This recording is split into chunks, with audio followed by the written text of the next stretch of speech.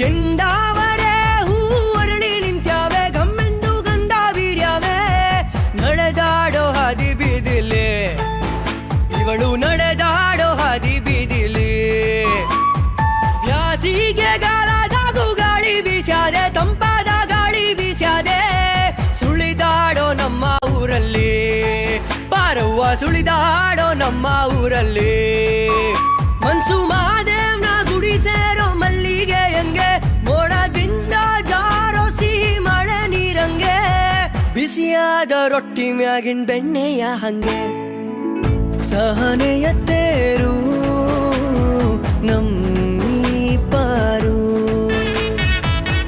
ಕರುಣೆಯ ಪೈರು ನಮ್ಮೀ ಪಾರು.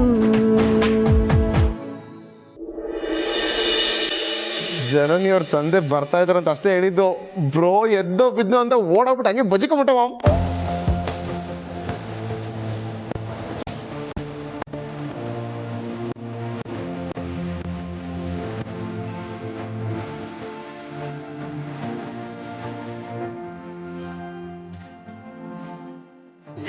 ನಾನ್ ಮಾತ್ರ ಅಲ್ಲಮ್ಮ, ಅವನು ಎದುರ್ಕೊಂಡು ಬಚ್ಚಿಟ್ಕೊಂಡ. ಬೇಕಾದ್ರೆ ಕೇಳಿ. ಹೌದೇನಾ? ಸುಮ್ಮನೆ ಡವ್ ಮಾಡಿದೆ. ನೀವಿಬ್ರು ನೋಡ್ತಾ ಇದ್ರೆ ಚಿಕ್ಕ ವಯಸ್ಸಲ್ಲಿ ಚಾಕ್ಲೇಟ್ಗೋಸ್ಕರ ಕಿತ್ತಾಡ್ತಿದ್ರಿ, ಅದು ನೆನಪಾಗತ್ತೆ.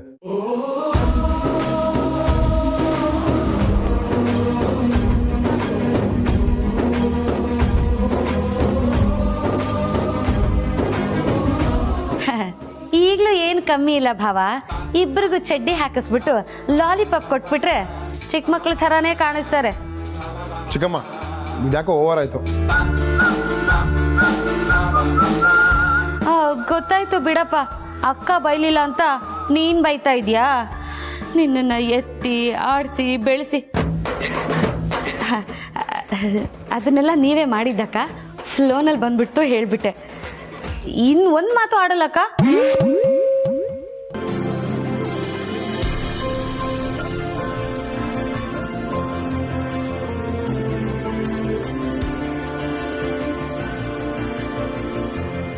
ಸರಿಮ್ಮ, ದೇವಸ್ಥಾನಕ್ಕೆ ಹೋಗಿ ಬರ್ತೀವಿ ಅಂತ ಹೇಳಿ ಬಂದಿದ್ವಿ. ಟೈಮ್ ಆಯಿತು, ನಾವೇನು ಹೊರಡ್ತೀವಿ. ಆಯ್ತಪ್ಪ. ಇವತ್ತು ನಿಮ್ಮೆಲ್ಲರ ಜೊತೆ ಕಳೆದ ಕ್ಷಣಗಳು ನನಗಂತೂ ತುಂಬ ತುಂಬ ಖುಷಿ ಕೊಡ್ತು. ನಮಗೂ ಅಷ್ಟೇಮ್ಮ, ನಿಮ್ಮ ಜೊತೆ ಇದ್ದಿದ್ದು ತುಂಬ ಖುಷಿ ಆಯಿತು.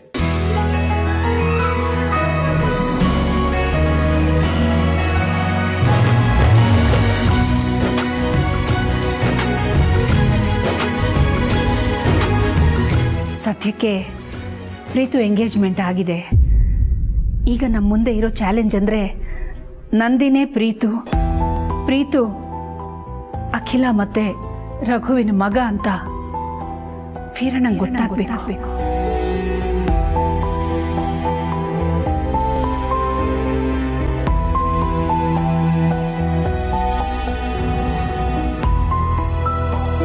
ಟೆನ್ಷನ್ ಮಾಡ್ಕೋಬೇಡಿ, ಮುಂದೆ ಏನು ಮಾಡಬೇಕು ಅನ್ನೋದನ್ನು ಪ್ಲ್ಯಾನ್ ಮಾಡೋಣ. ಒಟ್ಟಿನಲ್ಲಿ ವೀರಣ್ಣ ನಮ್ಮನ್ನು ಒಪ್ಕೋಬೇಕು ಅಷ್ಟೇ.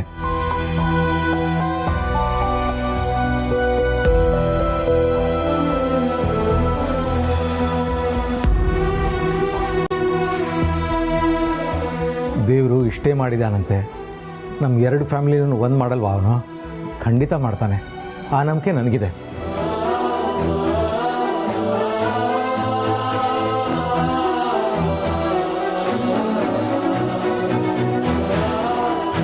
ಮಾಡ್ತಾನೆ ಅಂತ ನಂಬ್ಕೊಂಡು ಕೂತಿರಿ.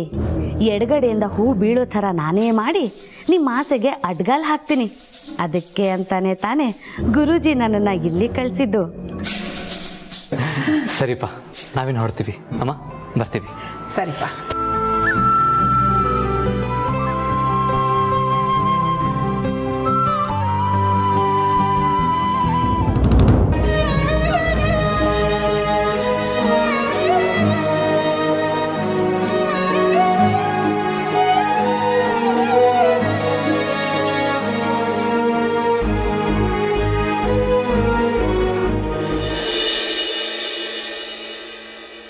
ಸದ್ಯ ನಾವು ಮನೆಗೆ ಬರೋ ಅಷ್ಟ್ರಲ್ಲಿ ಅಪ್ಪ ಮಲಗಿದ್ರು. ಇಲ್ಲ ಅಂದಿದ್ರೆ ಯಾಕೆ ಇಷ್ಟು ಲೇಟ್ ಆಗಿತ್ತು ಅಂತ 100 ಪ್ರಶ್ನೆಗಳು ಕೇಳಿರೋರು. ಹೌದೌದು, ನಿಮಗೆ ಅವರಿಂದ ತೊಂದರೆ, ನನಗೆ ಇನ್ಯಾರಿಂದನೋ ತೊಂದರೆ. ಯಾಕೆ ರಾಜೇಶ್ನು, ಏನಾದರೂ ಪ್ರಾಬ್ಲಮ್ ಆಯ್ತಾ? ಪ್ರಾಬ್ಲಮ್ಮ? ಆ ತಾತನ ಜೊತೆ ಸಂಜೆವರೆಗೂ ಇದ್ನಲ್ಲ, ಏನಾದರೂ ಹೆಚ್ಚು ಕಮ್ಮಿ ಆಗೋಗ್ಬಿಡುತ್ತೆ ಅಂತ ಭಯ ಆಗಿತ್ತು ಅಷ್ಟೇ. ನೋಡಿದ್ಯಾ ನಿಮ್ಮ ರಸಿಕರ ರಾಜ ಹೇಗೆ ಅಂತ? ನೀನೇನು ಕಮ್ಮಿನಾ?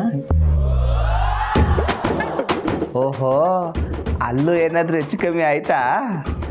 ಹಾಗೇನಿಲ್ಲ ರಾಜವಿಷ್ಣು, ಸುಮ್ಮನೆ ಹಾಗೆ ರೇಗಿಸ್ತಾ ಇದ್ದಾಳೆ.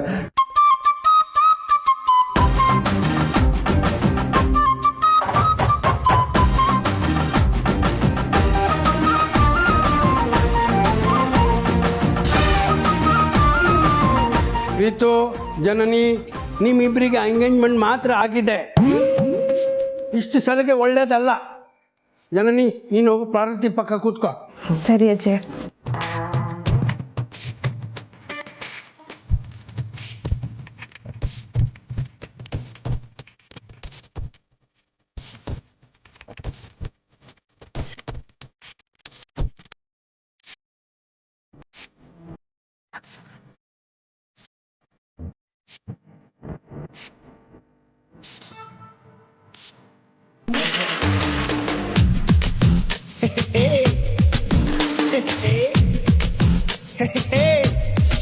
ಹೌದು, ಏನು ಸಮಾಚಾರ?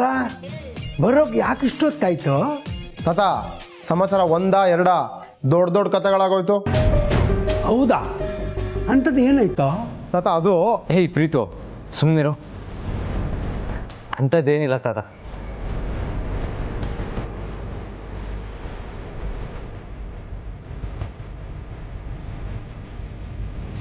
ನೀನೇನೂ ಇಲ್ಲ ಅಂತಿರೋದನ್ನು ನೋಡಿದರೆ ಏನೋ ಇದೆ ಅಂತ ಅನ್ನಿಸ್ತಾ ಇದ್ದೆ.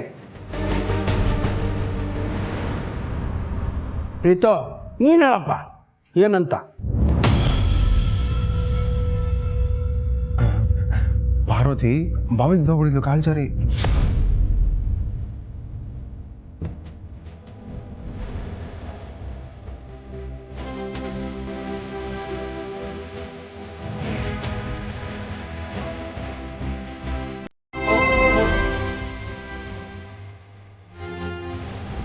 ಇಷ್ಟಾಯ್ತು ತಾತ.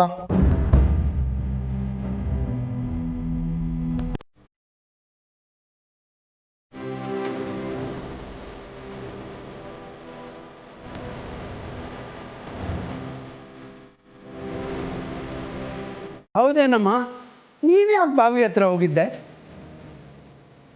ತಾತ, ನಾನು ಆಗ್ಲಿಂದ ಅದನ್ನೇ ಕೇಳ್ತಾ ಇದ್ದೀನಿ, ಬಾಯ ಬಿಡ್ತಾ ಇಲ್ಲ. ಆಹಾ, ಈಗಲಾದ್ರೂ ಸತ್ಯ ಬಾಯಿ ಬಿಡ್ತಾಳ ನೋಡೋಣ. ಅಯ್ಯೋ, ಯಾಕೆ ಸುಳ್ಳು ಹೇಳ್ತಾ ಇದ್ದೀರಾ? ನಾನು ಹೇಳ್ದೆ ತಾನೆ ನನ್ನ ಕಾಲು ಜಾರೆ ಬಿದ್ದಿದ್ದು ಅಂತ.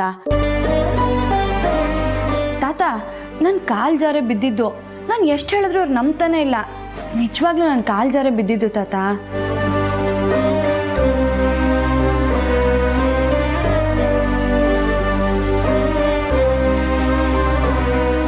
ಅದಿ, ನೀನು ಹೆಂಡತಿನ ಕಾಪಾಡೋಕ್ಕೆ ಬಾವಿಗೆ ಧುಮುಕಿದೆಯಲ್ಲ, ನಿಜವಾಗ್ಲು ನಿನ್ನ ಧೈರ್ಯನ ಮೆಚ್ಚಲೇಬೇಕು ಕಣೋ.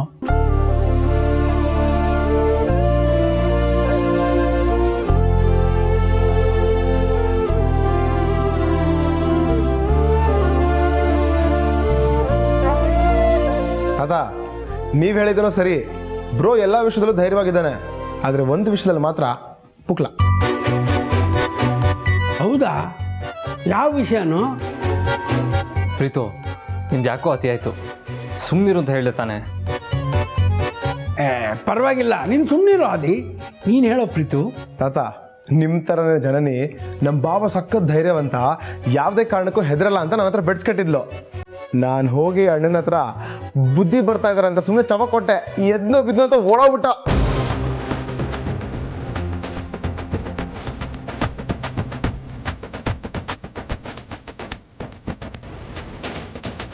ಅದೇ ನನ್ನ ಮಗನ ಕಂಡ್ರೆ ಇಷ್ಟು ಭಯನಾ ನಿನಗೆ? ಆ ಥರ ಎಲ್ಲ ಏನಿಲ್ಲ ತಾತ. ನಾನು ಹೆದರ್ಕೊಳ್ಳಿಲ್ಲ ಅಂದರೆ ಇವನಿಗೆ ಬೇಜಾರಾಗುತ್ತೆ ಅಂತ ನಾನು ಆ ಥರ ನಾಟಕ ಮಾಡಿದೆ ಅಷ್ಟೇ.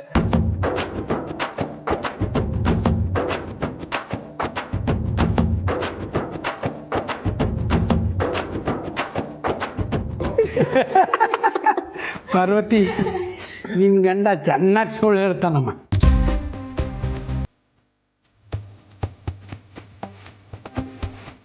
ಸರಿ ಸರಿ, ಟೈಮ್ ಆಯಿತು, ಎಲ್ಲ ಹೋಗಿ ಮಲ್ಕೊಳ್ಳಿ. ಸರಿ ತಾತ. ಹಾಂ.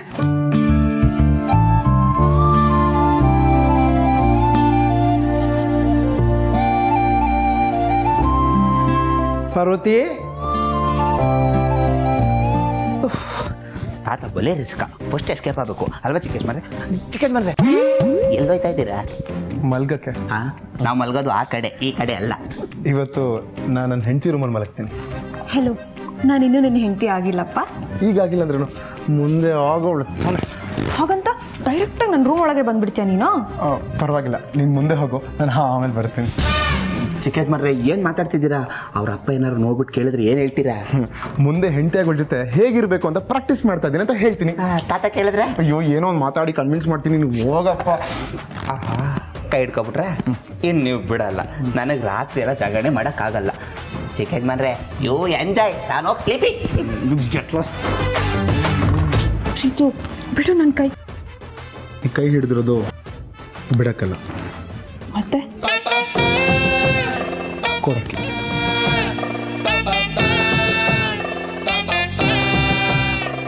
ಪಾರ್ವತಿ,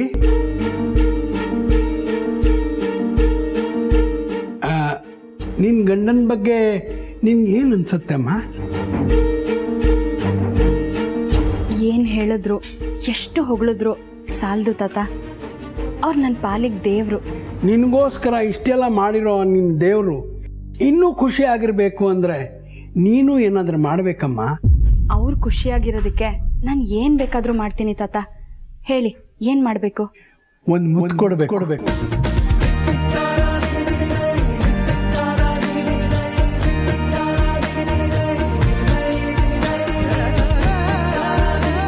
ಇದು ಏನಪ್ಪ ತಾತ ಈ ರೀತಿ ಮಾತಾಡ್ತಾನಂತ ತಪ್ಪು ತಿಳ್ಕೊಬೇಡಮ್ಮ.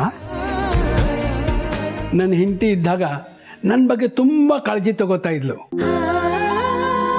ನಾನಂದ್ರೆ ಅವಳಿಗೆ ಪಂಚ ಪ್ರಾಣ. ನಮ್ಮಿಬ್ರದು ಸೂಪರ್ ಜೋಡಿ, ನಿನ್ನ ಮತ್ತೆ ಆದಿತ್ಯನ ತರ. ಅವಳಿಗೋಸ್ಕರ ನಾನು ತುಂಬ ಮಾಡಿದ್ದೀನಿ, ಆದರೆ ಅದರ ಪ್ರತಿಫಲವಾಗಿ ನಾನು ಅವಳ ಹತ್ರ ಏನೂ ಬಯಸಲಿಲ್ಲ. ಆದರೆ ಅವಳು ಮಾತ್ರ ಪ್ರೀತಿಯಿಂದ, ಒಳ್ಳೆ ಭಾವನೆಯಿಂದ, ಧನ್ಯವಾದ ಹೇಳೋ ರೂಪದಲ್ಲಿ ಸಿಹಿಯಾದ ಮುತ್ತು ಕೊಡ್ತಾ ಇಲ್ಲ. ಇವತ್ತು ನಿನ್ನ ಗಂಡ ತನ್ನ ಪ್ರಾಣನ ಲೆಕ್ಕಿಸದೆ ನಿನ್ನ ಪ್ರಾಣನ ಉಳಿಸಿದ್ದಾನೆ. ಅದಕ್ಕೆ ಪ್ರತಿಫಲವಾಗಿ ನೀನು ಅವನಿಗೆ ಏನಾದರೂ ಕೊಡಬೇಕಲ್ಲಮ್ಮ. ಅದಕ್ಕೆ ನೀನು ನಿನ್ನ ಗಂಡನಿಗೆ ಪ್ರೀತಿಯಿಂದ ಒಂದು ಮುತ್ತು ಕೊಡು. ಆಗ ನೀನು ನಿನ್ನ ಗಂಡನ ಕಣ್ಣಲ್ಲಿ ನೋಡೋ ಎಷ್ಟು ಆನಂದ ಇರುತ್ತೆ ಅಂತ. ನಿಮ್ಮ ಪ್ರೀತಿಯ ಸಂಬಂಧ ಇನ್ನೂ ಗಟ್ಟಿಯಾಗುತ್ತೆ. ಆ ಮಧುರವಾದ ಸಂದರ್ಭ ಸಾಯುವವರೆಗೂ ನೆನಪಿರುತ್ತೆ.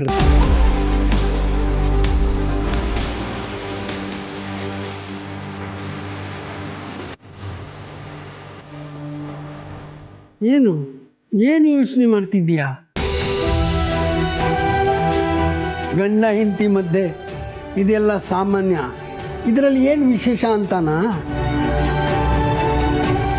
ಉದಾಹರಣೆಗೆ ಹೇಳ್ತೀನಿ ಕೇಳು.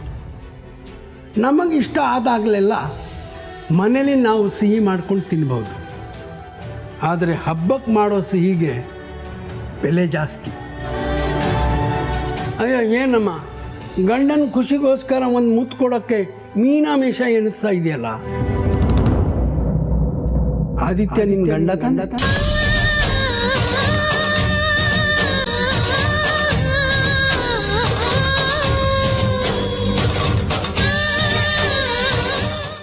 ನೀನು ಈ ರೀತಿ ಆಡ್ತಾ ಇರೋದು ನೋಡಿದರೆ ನೀವಿಬ್ಬರು ನಿಜವಾಗ್ಲೂ ಗಂಡ ಹೆಂಡ್ತಿನ ಅಂತ ನನಗೆ ಅನುಮಾನ ಬರ್ತಾ ಇದೆ.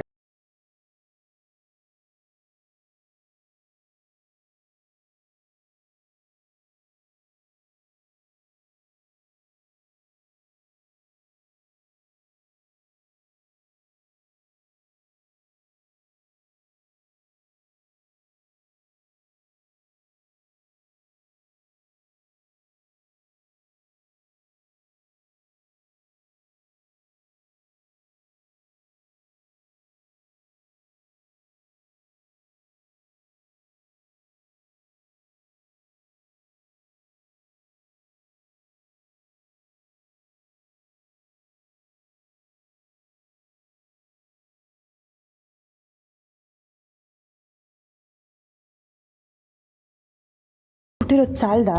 ಅದು ಬೆಳಗ್ಗೆ ಆಯಿತು, ರಾತ್ರಿಗೂ ಬೇಕಲ್ವಾ, ಇಲ್ಲಾಂದ್ರೆ ನಿದ್ದೆ ಬರಲ್ಲ. ಪ್ರೀತು, ಹೋಗು ಮಲ್ಕೋ ಅಂದರೆ ಇಲ್ಲಿ ನಿಂತ್ಕೊಂಡು ಏನು ಮಾಡ್ತಾ ಇದ್ದೀಯಪ್ಪ? ತಾತ, ಅದು ಮದುವೆ ಬಗ್ಗೆ ಇಬ್ರು ಡೀಪ್ ಆಗಿ ಡಿಸ್ಕಸ್ ಮಾಡ್ತಿದ್ವಿ. ನಾನು ನಿನ್ನ ವಯಸ್ಸು ದಾಟಿ ಬಂದಿರೋನು, ನನ್ನ ಹತ್ರನೇನಾ? ಬಾಯ್ ಜನನಿ, ನೀನು ಬಾಗಲ್ ಹಾಕೊಂಡು ಮಲ್ಕೋಮ.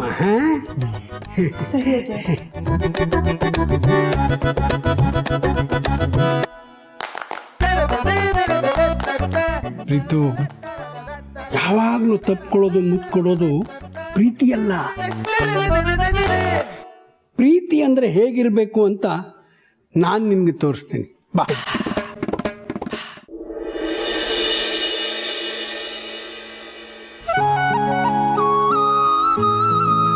ಹೇಗಿದೆಯಾ?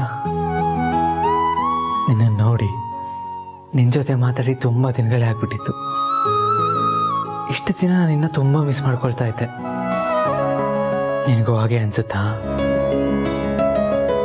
ನೋಡಿದ್ಯಾ ನೀನು, ನನಗೆ ಅವರೆಲ್ಲ ಎಷ್ಟು ರೇಗಿಸ್ತಾ ಇದ್ರು ಅಂತ. ನನಗೆ ಕೋಪ ಬಂದ್ಬಿಡ್ತು, ಅದಕ್ಕೆ ಎದ್ದು ಬಂದ್ಬಿಟ್ಟೆ. ಒಂಥರ ಒಳ್ಳೇದೇ ಆಯಿತು ಬಿಡು. ನಿನ್ನ ನೋಡಿ ನಿನ್ನ ಜೊತೆ ಮಾತಾಡೋ ಹಾಗಾಯ್ತಲ್ವಾ? ನೀನು ಯಾರು, ಎಲ್ಲಿದೆಯಾ, ಹೇಗಿದೆಯಾ ಒಂದು ಗೊತ್ತಿಲ್ಲ. ಆದರೆ ಇವತ್ತಲ್ಲ ನಾಳೆ ನಾನು ಮುಂದೆ ಬಂದೇ ಬರ್ತೀಯ ಅನ್ನೋ ನಂಬಿಕೆ ನನಗಿದೆ. ಸರಿ, ಲೇಟ್ ಆಯಿತು, ನಾನು ಮಲಗ್ತೀನಿ. Good night.